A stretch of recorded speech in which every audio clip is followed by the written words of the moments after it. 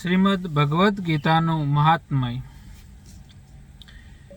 એક વખત શ્રી સૌનકે સૂતને કહ્યું, હે સૂત, નારાયણ ક્ષેત્રમાંથી શ્રી વ્યાસ મુનિએ ગીતાનું જે મહાત્મ્ય સમજાવ્યું છે તે મને બરાબર જણાવો। સૂતે કહ્યું, હે સૌનક, આપનો આ પ્રશ્ન સારો અને ઉત્તમ છે। બહુ ગુપ્ત એવા ગીતા મહાત્મ્યનું બરાબર વર્ણન કોણ કરી શકે તેમ છે।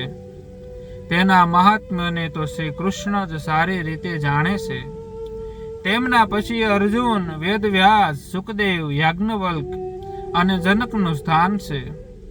તેમના સિવાય બીજા લોકો તો ફક્ત કાનથી સાંભળીને લેશ માત્ર જ વર્ણન કરે છે। તેથી હું પણ ગુરુદેવ વેદવ્યાસના મુખેથી સાંભળેલું આ ગીતા મહાત્મ્યનું કિંચિત માત્ર વર્ણન કરું છું। બધા ઉપનિષદો ગાયો છે, શ્રી કૃષ્ણ તેમને દોહનાર છે। અર્જુન તે ગાયોનો વાસરડો છે અને ગીતા રૂપી અમૃત તે ગાયોનો દૂધ છે। સારી બુદ્ધિવાળા વિચારશીલ પુરુષો જ તે દૂધ પી શકે છે। જેમણે અર્જુનના સારથી ગીતા રૂપી અમૃતની ભેટ આપી ત્રણેય લોકો ઉપર ઉપકાર કર્યો છે તે પરમાત્મા શ્રી કૃષ્ણને નમસ્કાર। જેને આ ભયંકર સંસાર સાગરની પાર જવું હોય તે ગીતા રૂપી નાવના આધારે જ પાર થઈ શકે। જેમણે ગીતા જ્ઞાનનું શ્રવણ કર્યું નથી પરંતુ અભ્યાસ યોગ દ્વારા મોક્ષની ઈચ્છા કરે છે તે તેમની મૂર્ખાઈ છે।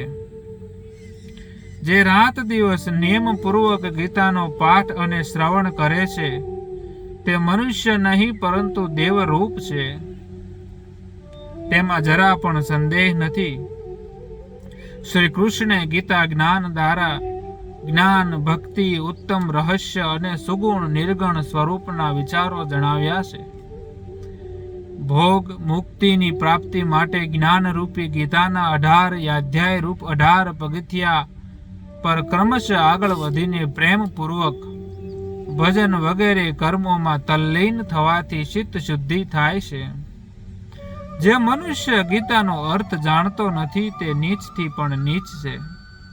તેના સુંદર શરીર, સારો સ્વભાવ, વૈભવ, ગૃહસ્થ ધર્મ, ભાગ્ય, આબરૂ, પ્રજા, વ્રત, તપ અને યશને પણ ધિક્કાર છે।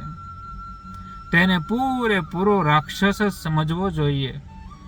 જે આનો પાઠ 11 વગેરે પર્વના દિવસે દેવાલય, દેવ મંદિર અને તીર્થમાં અથવા નદી કિનારા પર કરે છે તેના પર ભગવાન પ્રસન્ન થાય છે। સમસ્ત વેદ, શાસ્ત્ર, પુરાણ વગેરેના અધ્યયનનું તેને ફળ મળે છે। જે દરરોજ ગીતાના અર્થ શ્રવણ અથવા કથન કરે છે તે પરમ સ્થાન મેળવનાર ભાગ્યશાળી બને છે। જે ગીતાનું પુસ્તક દાન કરે છે તેને યશ, સદભાગ્ય અને તંદુરસ્તીનો લાભ મળે છે અને એની સ્ત્રી હંમેશા તેને અનુકૂળ રહે છે। જે ઘરમાં ગીતાના પાઠ થાય છે ત્યાં શત્રુ દ્વારા કરેલ મારણ, સમોહન, ઉચ્ચાટન, વશીકરણ વગેરે પ્રયોગ, આધ્યાત્મિક દુઃખોથી થનારી પીડા, રોગ, શોક, શાપ, પાપ, દુર્ગતિ અને નરક યાતના પણ કોઈને થતી નથી। તેના પાપ નાશ પામે છે અને તેના શરીરમાં બધા તીર્થો વાસ કરે છે। દેવ, ઋષિ, યોગીજન અને શ્રી કૃષ્ણ ભગવાન તેનું રક્ષણ કરે છે। રાધા સાથે શ્રી કૃષ્ણ, નારદ, ઉદ્ધવ, ધ્રુવ વગેરે પ્રસન્ન રહે છે। શ્રી કૃષ્ણ ભગવાનને અર્જુનને કહ્યું, હે અર્જુન, ગીતા મારું હૃદય છે। ગીતા મારું ઉત્તમ તત્વ છે। ગીતા મારું ખૂબ જ તેજસ્વી અને અવિનાશી જ્ઞાની છે। ગીતા મારું ઉત્તમ સ્થાન છે। ગીતા પરમ પદ છે। ગીતા મારું ખૂબ સુપુર રહસ્ય છે। ગીતા શ્રેષ્ઠ ગુરુ છે। હું ગીતાના આધારે રહું છું, તેના દ્વારા ત્રણેય લોકનું પાલન કરું છું। હે અર્જુન, આ પરમ પવિત્ર ગીતાના આ પ્રમાણે 18 નામ છે।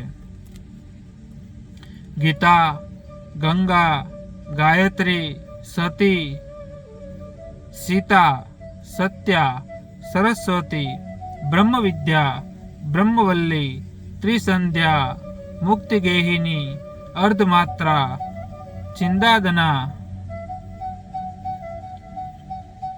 ચિદાનંદા, ભવંધી, ભયાશિની, ભયનાશિની, વેદત્રયી, પરા, અનંતા અને તત્વાર્થ, જ્ઞાન મંજરી, આ 18 નામો એક ધ્યાનથી રોજ જપ કરનાર માણસને જ્ઞાન સિદ્ધિ મેળવે છે અને છેવટે પરમ પદને પ્રાપ્ત કરે છે.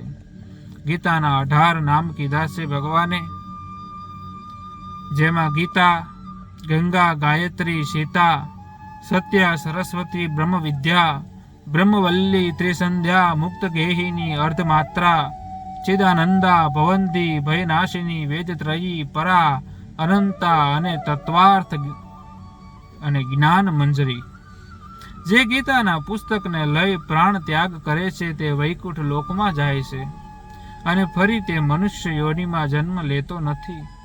શ્રાદ્ધ વખતે ગીતાનો પાઠ કરવાથી પિતૃગણ સંતુષ્ટ થાય છે અને પુત્રોને આશીર્વાદ આપે છે. જે ગૌદાન વખતે સોનું, રેશમી વસ્ત્ર, ભોજનનો સામાન અને ગીતાનું પુસ્તક દાન કરે છે અથવા 108 ગીતાના પુસ્તકનું દાન કરે છે તે જન્મ મરણના ફેરામાંથી મુક્ત થાય છે.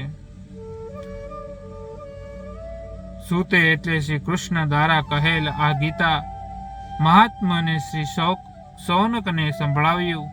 તે ગીતા પાઠ પછી વાંચવાથી ગીતા પાઠનું સંપૂર્ણ ફળ મળે છે. તો આ હતું શ્રીમદ ભગવદ્ ગીતાનું મહાત્મ્ય અને શૌનકના પૂછેલા પ્રશ્નનો જવાબ. જે સૂત કહે છે, જે સૂતોના પૂછેલા પ્રશ્નનો જવાબ શૌનક પૂછે છે, એનો શ્રીમદ ભગવદ્ ગીતાનું મહાત્મ્ય. જય શ્રી કૃષ્ણ.